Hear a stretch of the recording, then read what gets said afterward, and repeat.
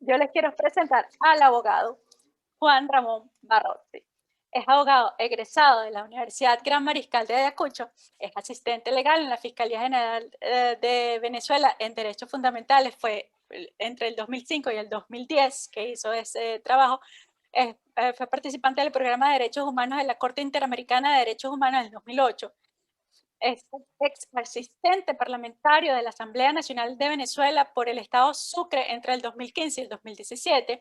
Tiene experiencia en derechos humanos, es estudioso, investigador en el tema de la migración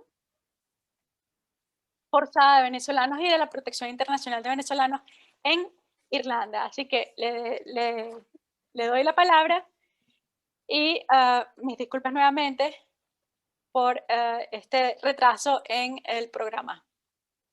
Bienvenido. Bueno, ¿me escuchan? Ok, bueno, ante todo, muchísimas gracias. Muy buenas tardes, buenas noches, dependiendo de los lugares donde se encuentren geográficamente. Mi nombre es Juan Barrosi, encantado de escuchar a Laura, súper genial. Y vamos a comenzar con el tema de lo que es el derecho migratorio con relación a Irlanda, que particularmente desde 1956 hasta el 2004 concebía el jus solis. El jus solis es el derecho de suelo. Si nacías en territorio irlandés, eras considerado irlandés. A partir de una enmienda que se hizo a la Constitución, la número 27 de enmienda, a través del voto, los irlandeses solicitaron el cambio y solamente se reconoce el jus soli, o sea, el derecho sanguíneo, como método de obtención de la ciudadanía irlandesa. Todas las personas nacidas después del 2004 tenían no solamente que nacer en el territorio irlandés, sino que de paso tienen que ser hijos de un irlandés para poder ser considerados irlandeses o tener los derechos de un irlandés. De lo contrario, tienen que utilizar otros métodos que establece la Constitución y los diferentes organismos que se crean o que reglan el derecho a la obtención de los derechos como ciudadanos irlandeses. Si naciste en Irlanda, hijo de un irlandés, eres irlandés. Si naciste en Irlanda, hijo de un irlandés o un británico, eres irlandés. Si naciste fuera de Irlanda y eres hijo de un irlandés, eres irlandés. Y si tienes abuelos irlandeses o bisabuelos irlandeses y naces fuera de Irlanda, mediante el registro de nacimientos puedes empezar a hacer el procedimiento para obtener la ciudadanía irlandesa. Ahora, vamos a hablar con relación a los tipos de visados que existen o que tiene el país, que son importantes, que es lo que nos trae el día de hoy para acá, que es el derecho migratorio. Primeramente, puedes acceder al país como turista. La visa de turista es una visa tipo C. Puedes permanecer en el país por 90 días, puedes estudiar, pero no puedes trabajar. El país ha hecho un gran trabajo con relación a traer a grandes cantidades de estudiantes a aprender el idioma y que participen en el sistema laboral, creando un ingreso por estudios y creando una fuerte movilidad laboral, muy interesante y muy atractiva. Actualmente, las personas solicitan la estampa 2, que es la visa para estudiantes, para estudiar inglés, y puede ser prorrogable por dos veces más, que vendrían siendo 24 meses, vienen siendo 8 meses, vienen siendo 24 meses en total. Es un periodo de 2 años máximo que puedes estar en el país como estudiante de inglés. Para acceder a la visa de estudiante de inglés, tienes que pagar un curso en Irlanda, presentarlo a la llegada acá al país ante la Oficina de Inmigración y Naturalización, y tienes que probar que tienes en tu cuenta más de 3.000 euros o el equivalente a 3.000 euros, y empiezas y solicitas. Se aconseja por lo general que la persona pague el curso, y luego que pague el curso, automáticamente entra en el sistema, solicita la cita para la visa, porque a veces cuando llegan las personas al país, por ejemplo, llego yo como estudiante, yo soy venezolano, mexicano, argentino, quiero venir a Argentina, a Irlanda a tener la experiencia europea. Llego a Irlanda, solicito la visa, pero hago todo el procedimiento, pero cuando llego no tengo la cita a la visa, y como el sistema está muy full, tengo la visa para después de 3 meses. Y resulta que en todos esos meses sin la visa yo no puedo tener derecho a trabajar porque no tengo papeles para trabajar. Entonces se aconseja que se pida con antelación. Ahora, hay una visa especial para tipos de estudios. Están las licenciaturas o estudios de doctorado o máster, que son las visas 1G. Estas visas 1G te permiten la posibilidad de estudiar y trabajar full time, porque las visas de estudiantes, estudiantes para inglés solamente son visas part time. Puedes trabajar a medio tiempo, 20 horas semanales, y trabajar full time solamente los días que son de vacaciones, que establece el trabajo de vacaciones aparte de tus días que te corresponden como holidays, como tal. Entonces, cuando las personas aplican para visas de licenciaturas o visas de doctorado o máster, tienen la posibilidad de una visa de trabajar, de estar en el país y trabajar full time. Aparte de eso, como mencionaba Laura, nosotros también acá en Irlanda tenemos una lista de carreras particulares que son necesarias para el país. Y esas carreras particulares o esenciales, que toman como esenciales, si tú tienes un sponsor, o sea, una compañía que te contrata posteriormente de haber estudiado esta carrera, a los 2 años, esa visa 1G la puedes convertir en una visa estampa 4, que es una visa de residente, y se empieza a contabilizar los años y al tener 5 años puedes solicitar la naturalización o la obtención de la nacionalidad, lo cual es muy interesante para aquellas personas que están interesadas en venir a estudiar una licenciatura y verifican cuáles son las carreras que tiene Irlanda en la lista, en su lista, que se puede verificar fácilmente por internet. Verificas qué carreras son necesarias para el país, la colocas, aplicas, vienes, estudias, puedes trabajar full time y de paso, si consigues luego un trabajo, el sponsor te entrega la continuidad de tu visa 1G y a los 2 años automáticamente ya empiezas a recibir la visa como residente y puedes obtener la nacionalidad, lo cual es otra buena vía para venirse al país. Pero solamente si estás bajo el esquema de Critical Skills, o sea, que es la lista de las carreras necesarias que el país considera necesarias. Si no estás en esa lista, igualmente puedes conseguir un sponsor, igualmente puedes trabajar en el país, te puedes quedar, pero se te computará, se te considerará residente estampa 4 o residente como tal, con todos los derechos para adquirirlo, a partir del 5.º año laborando en el país. Bien. Ahora, vamos a hablar de la visa para inversionistas inmigrantes. El Estado creó una visa especial para aquellas personas que deseen invertir en el país, pero esta visa es me llama mucho la atención porque requiere nada más y nada menos que la suma módica de 1.000.000 de euros netos libres para hacer el negocio. Y nada más que este 1.000.000 de euros netos y libres, ni siquiera pueden estar supeditados al préstamo bancario. No es que tienes que te prestaron 50.000 para tú completar el millón. Tiene que ser 1.000.000 de euros neto.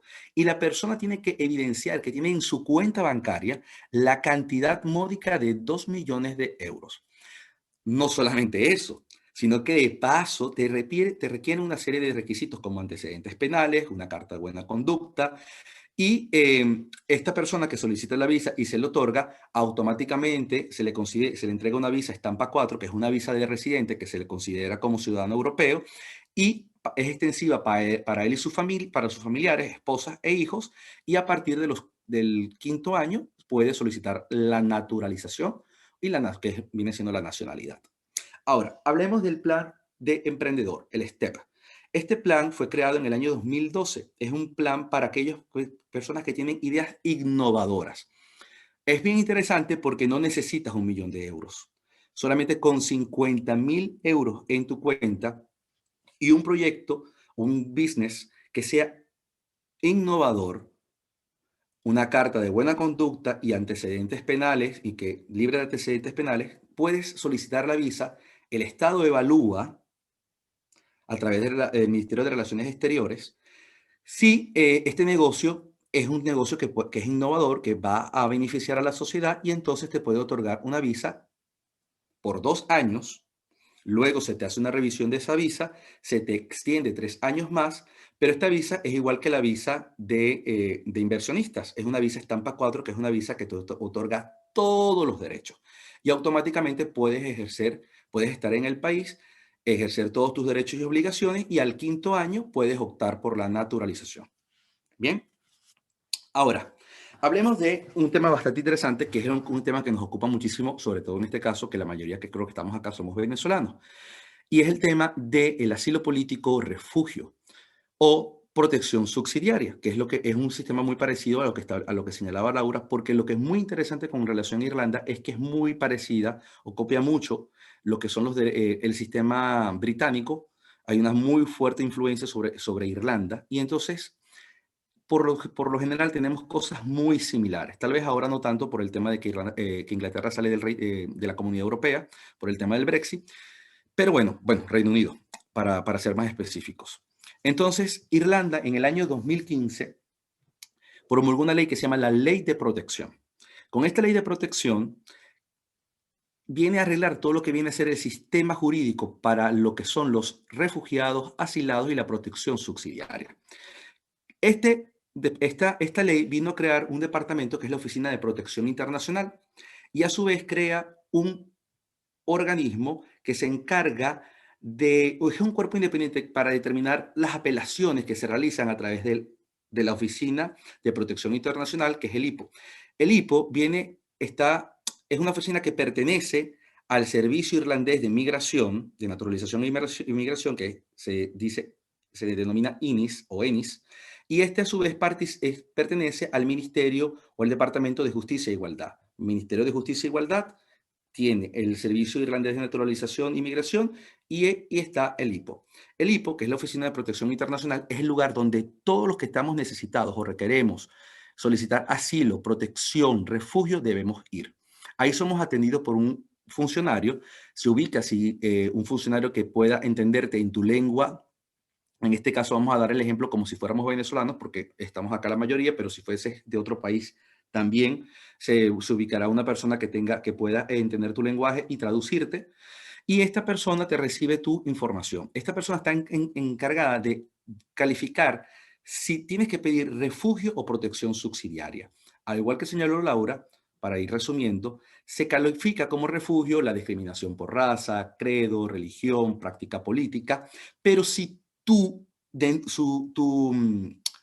exposición no cabe dentro de lo que es el refugio, entonces ubican la protección subsidiaria para aquellas cosas que no se pueden exactamente arreglar dentro de lo que es el área de refugio. Mira, hay un ejemplo que puso hace rato la chica de Luxemburgo que podría sería sumamente interesante y tal vez podría arreglarse en ese caso. Por ejemplo, esta chica dijo que estuvo en Venezuela y que en Venezuela sufrió persecución.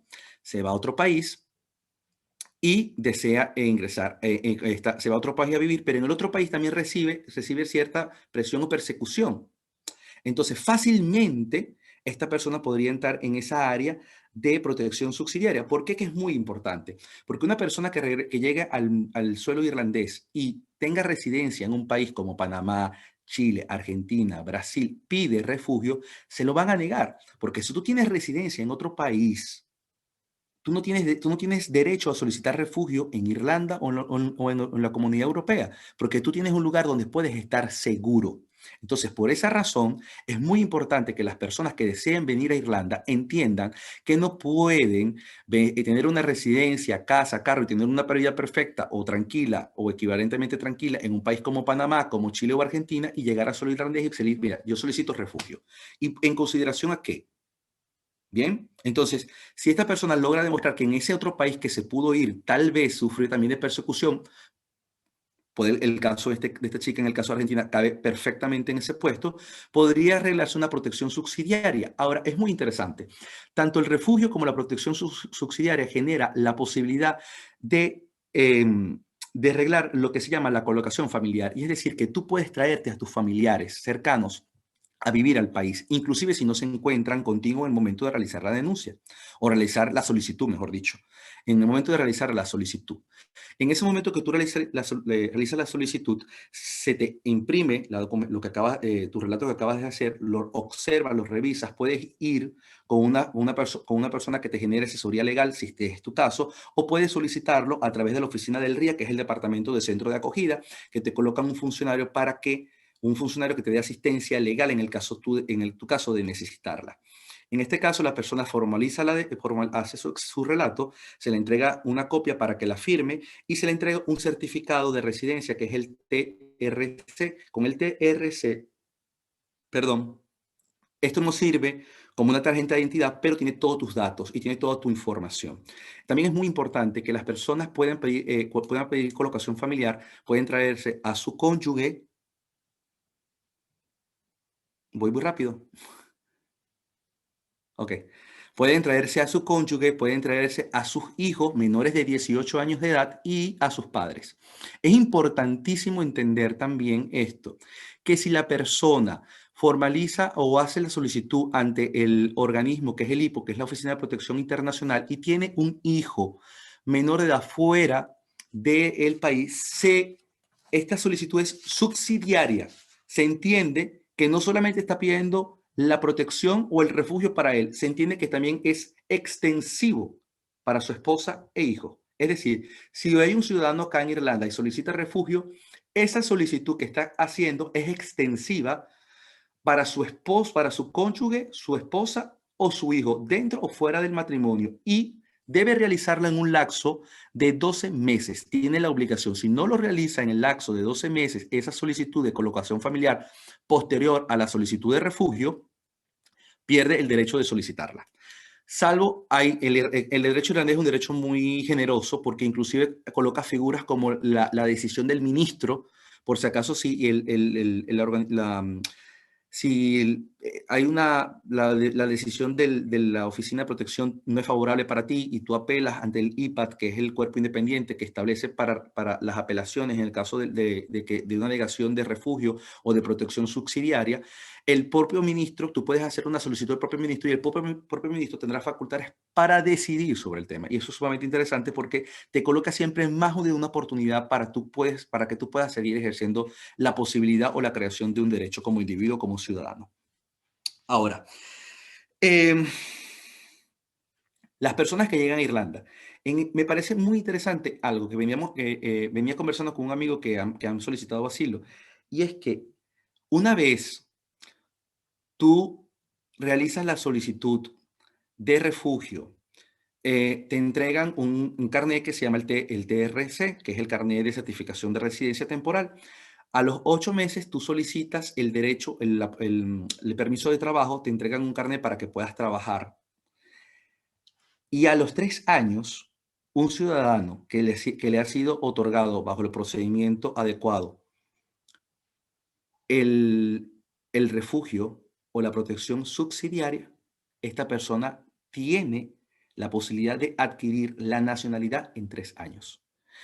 Y lo más importante e interesante, 3 años solamente, es que la persona no se le cuenta el lapso, no se cuenta el periodo desde que se le otorgó el derecho a ser refugiado, sino desde que el momento que hizo la solicitud ante el Estado. O sea, si te aprueban el refugio o la protección subsidiaria, tú contabilizas desde el momento que realizaste la solicitud hacia el futuro 3 años y puedes automáticamente solicitar la naturalización. ¿Se me acabó el tiempo o todavía tengo? Ok. Traté de ser lo más resumido posible y bueno, espero que les haya gustado. Cualquier pregunta o duda me la consultan. Juan Ramón, muchísimas gracias. Te estaba diciendo que tenías un minuto más. Ok. Bueno, Bueno. pero te doy las gracias por tu intervención y me gustaría entonces abrir el podium para las preguntas que Andreina nos va a leer. Ok, voy a empezar primero con la señora Laura y luego paso entonces con el señor Juan Ramón con las preguntas para Irlanda. Ok, la primera pregunta es, estoy dentro de UK con visa de estudiante y he pensado en pedir asilo político o asilo. En la página del gobierno dicen que mientras espero respuesta, puedo ser enviado a un centro de retención. ¿Hay alguna opción o forma en la que yo no deba ser enviado a ese centro de retención? ¿Aló? ¿Me escuchan? Sí. Bueno, muchas gracias, Andreina, por la pregunta. Hay dos problemas que yo veo un problema realmente. Estar dentro del Reino Unido como estudiante y después pedir asilo político le quita mucha credibilidad a tu petición por asilo político. Generalmente cuando llegas al país bajo alguna otra ruta, para poder hacer una aplicación por estudiante específicamente, tienes que demostrar solvencia económica, Entonces, eso podría ser un problema con la petición. Vale la pena que entre en contacto con un abogado y que discutan los pormenores de cómo llegó, cuánto tiempo está dentro del Reino Unido esa persona y después decida o no hacer la petición por asilo político. La segunda parte de la pregunta, o lo que quiero comentar, es que no obligatoriamente te mandan a esos centros. Hay muchas personas que llegan al Reino Unido y a otros países del mundo sin nada de dinero, que llegarían prácticamente a vivir en situación de calle si el gobierno no les otorga algún lugar donde poder vivir mientras se trabaja su petición de asilo o de protección. Entonces, esta acomodación está disponible para las personas que no tienen un lugar donde vivir, pero no obligatoriamente tú como solicitante de asilo político tienes que vivir en estos lugares. La realidad es que muchas personas tienen, porque durante el proceso, por lo menos dentro del Reino Unido, durante el proceso de aplicación no tienes derechos laborales, no puedes trabajar. Entonces el gobierno te da una cuota muy pequeñita por semana para poder pagar por tu alimentación, pero como no puedes trabajar, muchas personas que vienen como refugiados no tienen dinero propio, entonces la única alternativa que tienen desafortunadamente es vivir en estos centros. Son centros que tú no puedes elegir dónde, muchas veces te mandan hacia el norte del Reino Unido, pero pues muchas personas permanecen ahí durante el proceso de aplicación, pero no es obligatorio. Ok, muchísimas gracias. Ok, la segunda pregunta es, ¿necesito páginas libres en mi pasaporte para renovar mi spouse visa? No necesariamente, no. La spouse visa, si la vas a renovar, es decir, si estás dentro del Reino Unido, es una visa independiente, es una visa, una tarjetita biométrica. Entonces, necesitas páginas libres en tu pasaporte cuando haces la primera aplicación en tu país de origen, en Venezuela, porque te ponen una viñeta, una calcomanía en el pasaporte. Pero ya que estás dentro del Reino Unido para hacer las renovaciones, las visas son independientes al pasaporte, es una tarjeta biométrica, entonces no es necesario que tengas páginas libres. Ok. La última sería, si se puede entrar a Reino Unido con pasaporte venezolano vencido. Yo me imagino que sí, Sí, pero de todas maneras... Y de hecho compartí el link con Laura, lo voy a compartir con todos ustedes aquí, el link. Siempre cuando tu pasaporte haya sido emitido, ahí dice la fecha en el comunicado que se emitió en agosto del año pasado, pero sí, casi todos los pasaportes, desde que se emitió ese comunicado hasta la fecha, todas las aplicaciones que yo he hecho, todos mis clientes que han viajado con pasaportes vencidos no han tenido ningún problema. Lo único que les recomiendo es tener ese link a la mano porque hay muchas personas que trabajan para aerolíneas que no saben. Entonces es importante que si al momento de hacer tu check-in te están diciendo, no, tu pasaporte está vencido, que suelen hacerlo, que les digan, mira, aquí dice, y entonces entre en contacto con el Home Office, que es las autoridades, el border de aquí, y cualquier persona de cualquier aerolínea puede checar esto rápidamente en 5 minutos y te permiten abordar, y una vez que llegues no vas a tener ningún problema para entrar al Reino Unido. Ok, perfecto. Muchísimas gracias. Señor Juan, voy entonces con las preguntas sobre Irlanda. ¿Hay algún avance con respecto a la República de Irlanda en flexibilizar la situación de los pasaportes venezolanos para aplicación y renovación de visas? Sí, de hecho, igual que Inglaterra, aceptan los pasaportes vencidos. Tengo el caso de amigos que están laborando en empresas que tienen el pasaporte vencido y se le ha hecho extensiva a través de un comunicado del el propio primer ministro y de la Oficina de Igualdad y Justicia del Ministerio de Justicia. Así que sin ningún problema podemos trabajar y vivir y estar acá con el pasaporte vencido. De paso que Irlanda es uno de los 60 países que reconoce el gobierno interino de Juan Guaidó, y él solicitó que se le reconociera la extensión de los pasaportes a aquellas personas que tienen el pasaporte vencido. Subsidiariamente, lo que se debería, por lógica o por uso axiológico de la lógica, es que los países que reconocen a este caballero como presidente interino de Venezuela y automáticamente él hace un decreto, deberían reconocer la extensión de los pasaportes. De todas maneras, bueno, no es tácito, pero ya países como los Estados Unidos y en el caso Inglaterra y en este caso también Irlanda reconocen le hacen una extensión al pasaporte. Ok. Ok, la segunda pregunta es, trabajo en Belfast y planifico casarme con mi novia de Belfast. Ella tiene pasaporte irlandés. ¿A quién le debemos pedir la visa de esposo? ¿Al Reino Unido o a la República de Irlanda? Se la pides al Reino Unido, pero eres irlandés y se te reconoce también como ciudadano casado con un irlandés. Pero debes hacer el procedimiento ante el Reino Unido porque Irlanda del Norte pertenece al Reino Unido, pertenece a la corona. Ok. Esas son todas las preguntas. Muchísimas gracias. A la orden, espero que haya estado claro y alguna duda que tengan, pueden hacérsela llegar a través a María Gabriela o a mi persona a través de mis redes sociales y estamos a la orden. Juan, Laura, Andreina, muchísimas gracias por leernos las preguntas. Muchísimas gracias por sus ponencias. Como les comenté a todos los ponentes, nosotros vamos a poner a disposición del público sus datos de contacto, los autorizados, por supuesto, a compartir. Y incluso con tus redes sociales, Juan, como comentaste, y lo vamos a publicar en esa página Facebook que se llama Save My Identity Global. Es un grupo de Facebook público.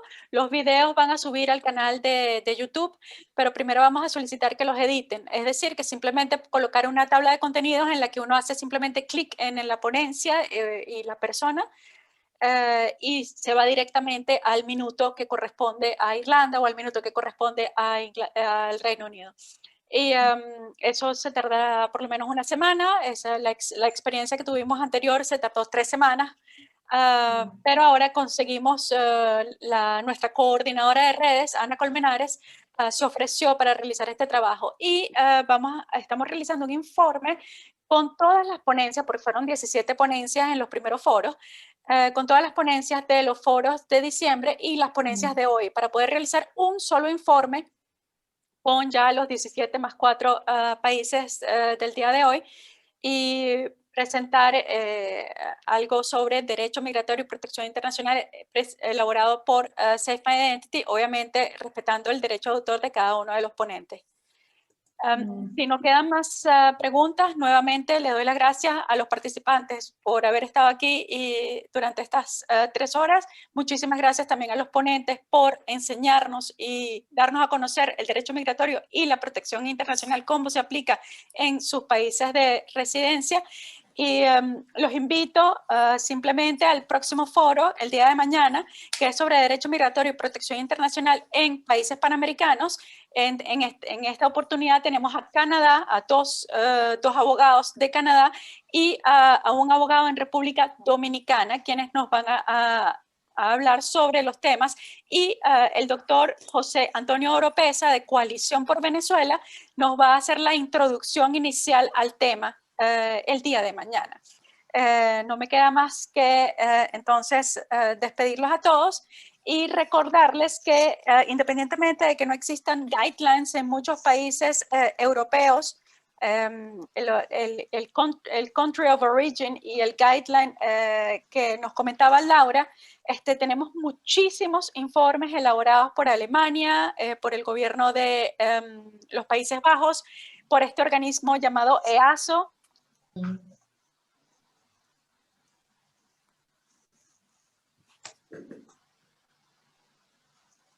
María Gabriela, estás en mute. María Gabriela, estás en mute.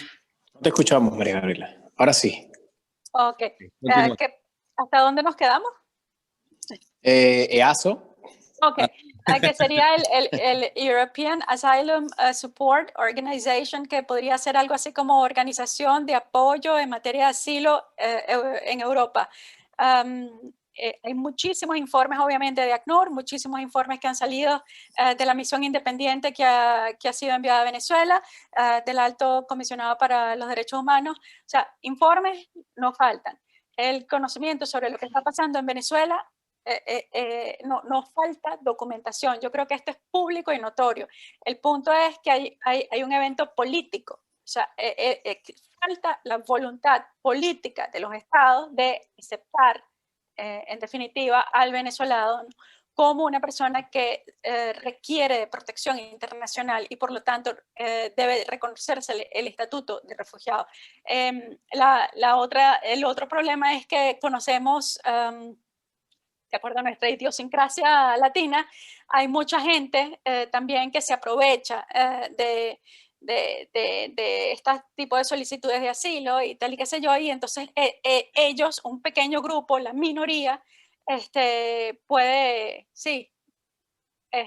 causar un problema a la mayoría que requiere de asistencia humanitaria, que requiere de protección internacional.